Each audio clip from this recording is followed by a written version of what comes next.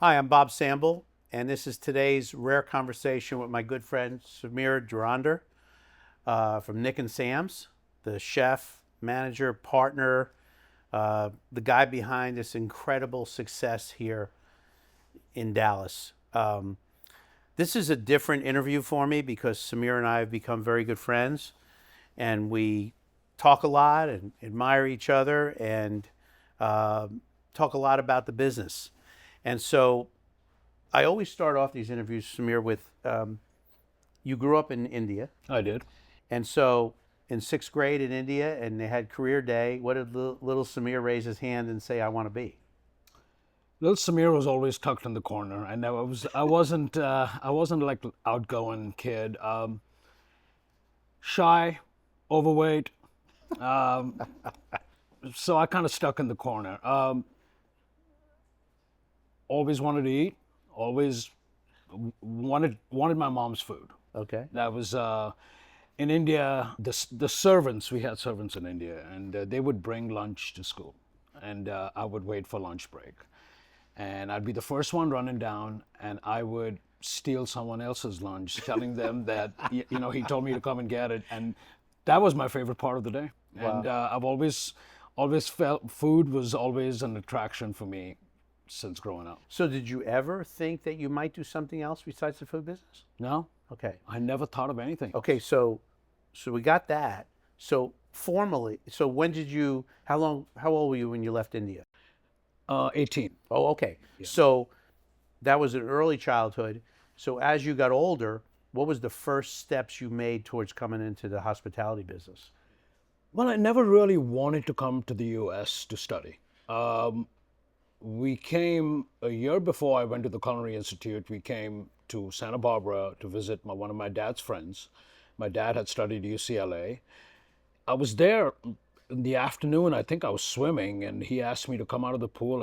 Uncle Bob asked me to come out of the pool and say, "Hey, I want you to meet somebody." And we went to the kitchen, and there was a lady standing there. And he says, "Samir, do you know who this is?" And I said, "I don't." He says, "This is Julia Child."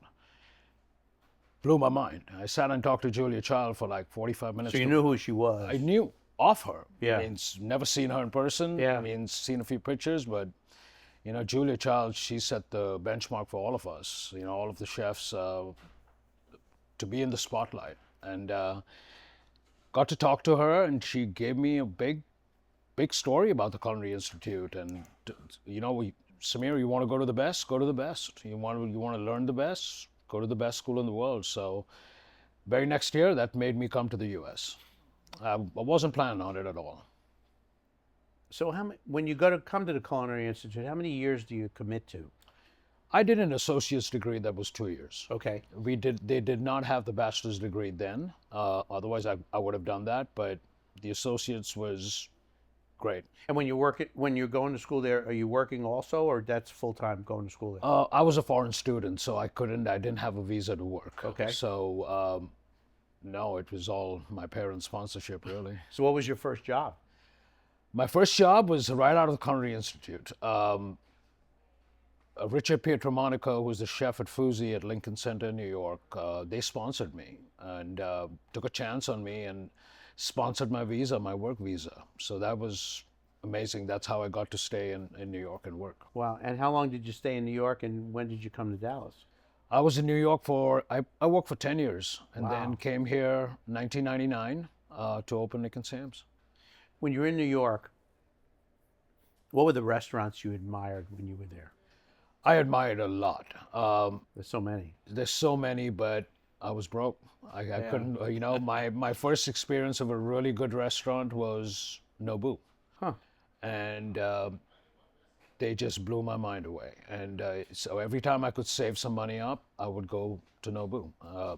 That was my first big, but there were so many, Tribeca Grill, just, there would, I think New York is a mecca for food, and I miss that about New York. But the interesting part is Nobu was just a lot sushi. And one of the things that has set Nick and Sam's apart in its history was the putting sushi on the menu. True. Okay. So it's funny how long ago you were a great admirer of that. And I didn't know much about it. Yeah. And that's why it kind of blew my mind how Japanese chefs were taking food to a whole nother level. You know, So you get hired to come to Nick and Sam's. At that time, I think you opened 5 years after us. We opened in 93. You opened in 98? 99. 99. Okay, 6 years after. So there was a bunch of steakhouses. Bob's being one of them. Al was open. Del Frisco's. Del Frisco's. Palm was still there. Sure. Morton's, Ruth Chris. So you come to town, and the idea for Nick and Sam's was, what are we gonna do different to set us apart? Because you had the great pleasure, and I had a short time with him, of working with Phil Romano, who I still say to this day was one of the great food minds I've ever come across. Now, I didn't agree with everything he said, but some of the things he said sticks with me and is so true. So you come in to work with Phil, although at that time it wasn't really working with Phil, it was working for Phil. Phil was a little more closed-minded than he is now. A little more closed-minded than he is now. He's much more open to ideas. So what did he tell you? He said, Samir, we're going to come to Dallas, we're going to open a steakhouse, and it's going to be... Well, that wasn't really the story. I wish it was that way. I never met Phil. I got hired by one of Phil's original partners. I used to work for him at Fuzi. Patrick hired me, and be honest with you, me driving from New York to Texas, I don't know what I was opening. I really didn't. I didn't realize it was going to be a steakhouse. Came here, got to meet Phil. Amazing working with him, but the thing that stuck out to me when I got here is I met Nick Badavinas. Nick's been, means we talk here and there, but he's been a great figure for me to move forward in my life. The way I cook, the way I think about things, he has been a blessing to me that he came into my life. Working with Nick really took this restaurant to another level. Phil, on the other hand, what I've learned, the biggest thing I've learned from Phil is it's all about the customer. If everyone thinks that way when they make decisions in their restaurants, on anything, I think it's so easy to run a restaurant. A lot of people don't think that way. That's what I try and do. Phil has taught a lot. We put a lot behind my mind, and he motivates me every day when I think about him. But to begin with, we just wanted to be a steakhouse. We didn't think about sushi. We didn't think about anything but just steaks, lobster, a little bit of seafood, some sides. That's how we wanted to open.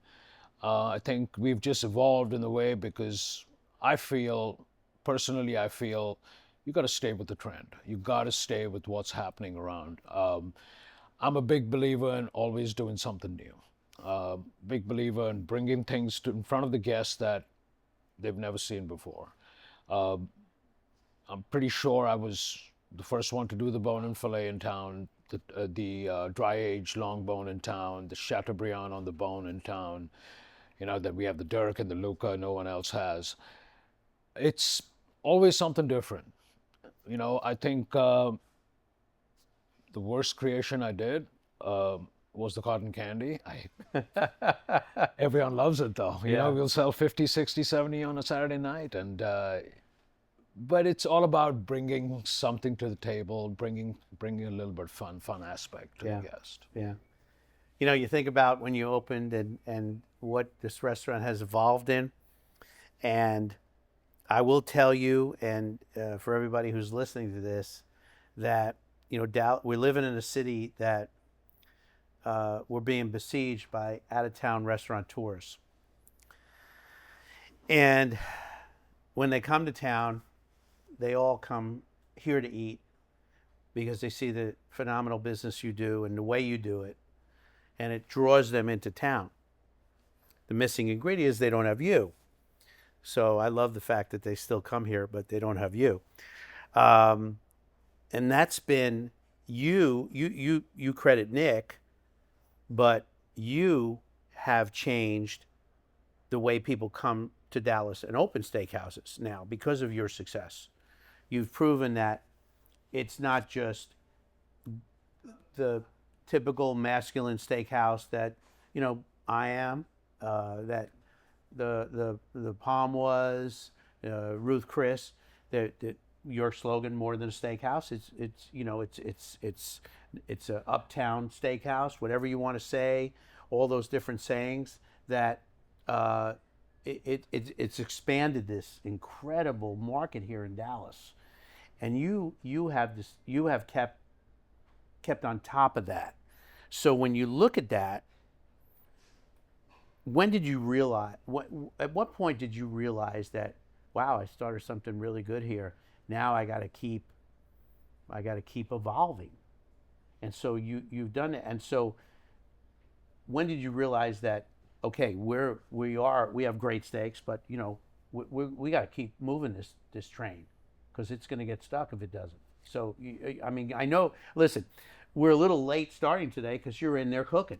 Okay, True. So that kind of says it all. You're still in there cooking. You have a special party tonight. You have guests that you come here all the time, trust you, and you're in there cooking. That's probably one of the reasons why you're still as successful as you are. That's why I got into the business, to cook. I have to cook. I love to cook, and I love cooking something different all the time. Just, it's challenging. It's you learn about stuff that you've never seen before, or you cooked before. I don't think I've realized that. I guess I'm a pessimist. I come into work every day knowing that thinking that there's a better chef down the street than me. That motivates me every day. I think we're a good restaurant. I think we can be better every day. It's harder to maintain what we do right now than when we opened. Sure. And it's difficult every day. You're dealing with so many different personalities. But the biggest thing I've realized in this business is I'm only as good as the people around me. Mm-hmm. And I'm blessed to say that I have some good people around me. My management staff, everyone from pastry to front of the house to we're a team, and I think the team makes it work every day. But again, as I said, you can't stay stagnant at what you do, because what I see with our guests is the minute they see something different or something new or something they cannot get here, they're going to go somewhere else. And I try, and that's why my menu is the steakhouse menu for Cheesecake Factory Steakhouse. It's huge. It's it's a great menu, and it's hard to maintain every day. Yeah. There's a lot of prep, and but I want to give a guest an opportunity to come here and eat 8 days a week. So you're a chef by profession, and chefs by profession don't naturally feel comfortable interfacing with the guests, being out in the dining room like you are. What was the point that said, I got to be that guy that takes control of this restaurant, and I'm going to be the face of it. I'm going to go out there and meet them. I'm going to find out what they want. When did that happen? Because that wasn't in the beginning. No, not at all. I think it's evolved in the last few years. I've always been comfortable about going to the table. You go to every restaurant, management is always for the most part, management always comes to the table, but it's a little different when the chef comes by and talks to you. Mm-hmm. People love that. Yeah. People want to meet the chef, and people. I try to stay here definitely Fridays and Saturdays. I feel a lot of the locals come in, and I've always felt the locals drive your business. Mm-hmm. We saw that in COVID. Our locals and our guests helped us a lot, and through that time.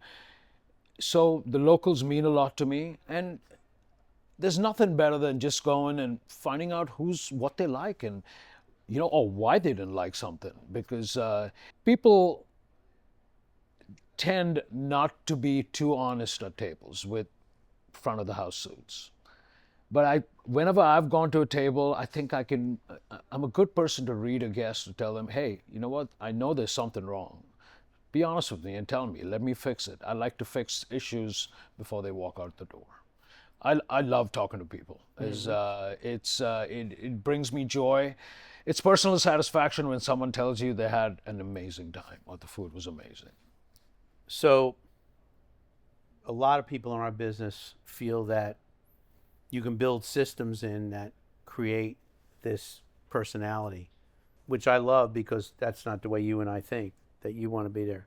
Is there a secret to is there a secret? I always feel that when I hire somebody, you can't teach someone to be friendly. Either they are or they aren't. So don't you feel that it's you that generate all the energy, all the way you think? Everybody, all the good employees are going to think that way, and the bad employees are going to feel uncomfortable, and they're not going to work here. Mm-hmm. So you've created this energy here. But the one thing Nick and Sam's has done is it's become the place that, and I know it's really interesting, all the famous people come. And you've dealt with a lot of them, and you've made a lot of them really happy, and they love your restaurant, and they talk about it all the time. When did that kind of evolve into that, where you just, where all of a sudden this became the place?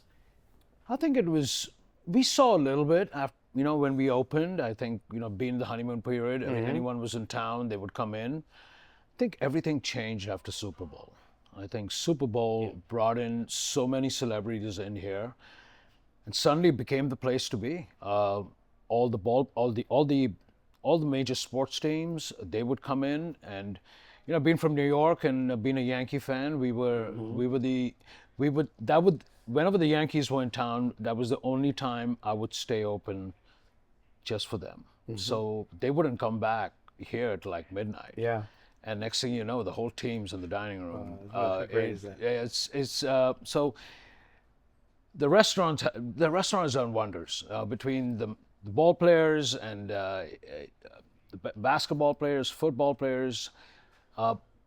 They've become family, some mm-hmm. of them. Some of them become really good friends of mine, and it's amazing what just a little bit of, you go to a restaurant and you look at a celebrity, you don't know what he's going to be like.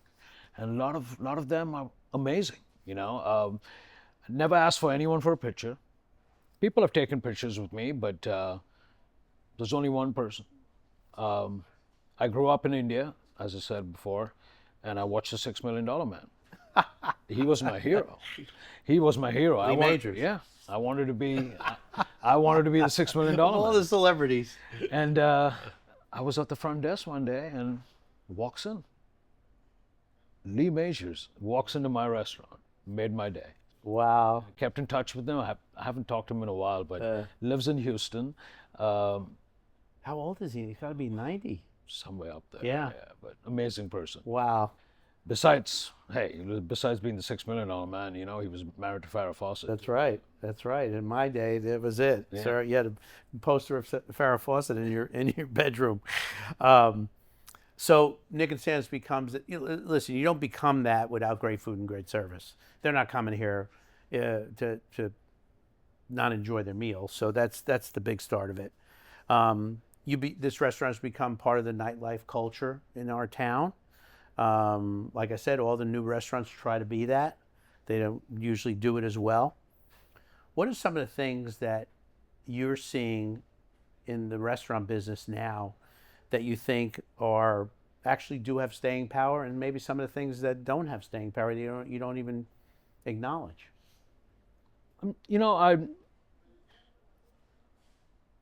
I don't care what kind of restaurant you're running, it just comes back to the guest. Mm-hmm. Whether it's late night, whether it's early, if we don't take care of the guest, they're always going to find a place to go somewhere else. What people are not doing is not taking the time to talk to the customer, to see what they want. And it's really amazing. Just the other day, last Friday, in fact, I'm walking through this bar and a customer stopped me and he says, "Hey, I don't know if you remember me. This is my name." And I said, "Sure I do." I said, "You Instagrammed me and you said you were up front." And when I came out there, you had gone. He says, yeah, we waited for 30 minutes and my wife was really hungry, so we walked across to catch. And I remembered him and, talked to him all night long, picked up his check and everything. But that's what you got to do. Now he says, Chef, it was amazing to meet you. And I don't mind waiting the next time. But we have to take the time to do that. And people are missing the beat and taking our guests for granted. Boy, I mean, I'm glad we're recording this, by the way, because I'm going to be playing it for a lot of people. I talk to young kids at schools, and this is it. So, you've written a book. You've asked to come speak at the Culinary Institute. This restaurant is at the top in a major city like Dallas, Texas. What else do you want to do? I know keeping it on top is hard, but what else do you say, I want to do this before I move on? I would love to do another Nick and Sam's. Okay. Going to be very hard to replicate, but I have a good concept in mind on doing a Nick and Sam's 2. Very similar to something here, but a little more on the trendy side. Mm-hmm. But I have a little project in mind that I'm working on. Is I pitched to the Culinary Institute of America. I just talked to the dean, a couple of deans on a Zoom call. I want to do a Nick and Sam's pop-up at the Culinary Institute. And I think one thing you don't learn at the Culinary Institute is what it's like going out. Mm-hmm. Okay, they'll teach you, you're in the kitchen and you're plating a piece of fish. There's one person holding the pan, the other person's holding a plate. You have the spoon. One person has the green beans. It's not like that out there. So I told them, and the dean asked me he says, I don't understand, what do you want to do? I said, I want to do service at the Culinary Institute like we do at Nick and Sam's from 7 o'clock to 8:30. I said, you feed your students in a high-powered, rushed environment. Yeah. Mm-hmm. The kitchen gets slammed, the front of the house gets slammed. That's the way it is out there, and people don't realize it. And when you go out in the world, you just came from the best school in the world, and your chef's looking at you saying, you don't know anything. Mm-hmm. What are you doing? And it happened to me, so I've always had that behind my mind. So I'm putting it all together right now, and I'm going to send it to them, and they're really interested. Great. If that happens, that'd be pretty cool. Boy, that's really needed. They I had a president of a bank tell me the other night. He says, I run my bank, you run this restaurant. No one knows what we go through unless you've actually done it. Mm-hmm. It's true. Getting up in the middle of the night and grabbing your phone and checking an email or writing something down. Young students can't understand what it is to go through a busy Saturday night and then someone tells them the toilet's stuffed. And now what do we do? You can't put an out of order sign. It's the only bathroom we have. You got to fix it. It's funny because, I was reading through your questions and one of them talked about social media. Even kids are coming out of culinary school now thinking, hey, you know what? I want to be Bobby Flay. I want to be Gordon Ramsay. And, I want to make this kind of money. But they don't realize what those guys have gone through to be where they are. People look at, all these ritzy restaurants. Oh, it's so much fun. It'll be fun to work there. No one knows what's fun behind the scenes. And it's okay. You know what? They don't need to know. But, sometimes... Eventually they do. Eventually they do. But sometimes it's easy to go on social media and say this was wrong, that was wrong. But they don't know the backside of how it affects people. Well, one of the questions that I had for you is social media made our business better or worse? Are we worse for it? Are we better for it? What is... I think it depends how you look at it. I think it helps people, definitely. People do need... Social media brings awareness. But on the flip side is that little clip you see, that's all you see. You don't know what else is behind it. So it's I think a little bit of both. Well, I always kind of preach that you gotta figure out how to make money, or else you're gonna be out of business. True. So when I speak and I see a young man with a chef uniform on. I said, Chef, I'll ask him, what do you want to, what's your goals? He said, I want to win a Michelin star. Okay. I said, you know what my goal is? I want to win an award from the bank for most deposits, because then I can do whatever I want to win a Michelin star. But you got to understand that we're opening these restaurants. We got to figure out how to make money. Now, you figure out how to make money by figuring out how to make the most people happy. That's with a good menu and a clean restaurant and all those things. But you don't open a business to win a Michelin star. You open a business to make a lot of customers happy. And you have certainly done that here. You've done it in a way that a lot of people admire. And I'm really proud to call you a friend. We've become really close friends because you, like everybody else, including me, more than once, have gone through tough times. Mm-hmm. And you know what? You're not only a great chef, but you're a great man that has a lot of compassion for a lot of people in this city. And you do a lot of really good things that people don't even know about. Oh, I appreciate So that's great. And I appreciate you doing this, because I know you got to go back there and cook. But before you go, we have this thing called rapid fire. All right. All right, here we go. Booth or sit at the bar? Sit at the bar. Favorite celebrity guest? Lee Majors. Lee Majors. Biggest restaurant pet peeve? Non-existing management on the floor. One thing, this is a good one. One thing guests do that drive operators crazy. Camp. I need to turn that table.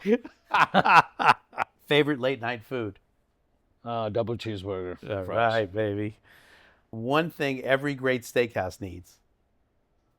Good-looking women to work there. Well, you know what they say about Bob's. If you want your mother to wait on you, you come to Bob's. Music too loud or too quiet? Oh, too loud. Too loud. All right. Best restaurant city besides Dallas? San Francisco.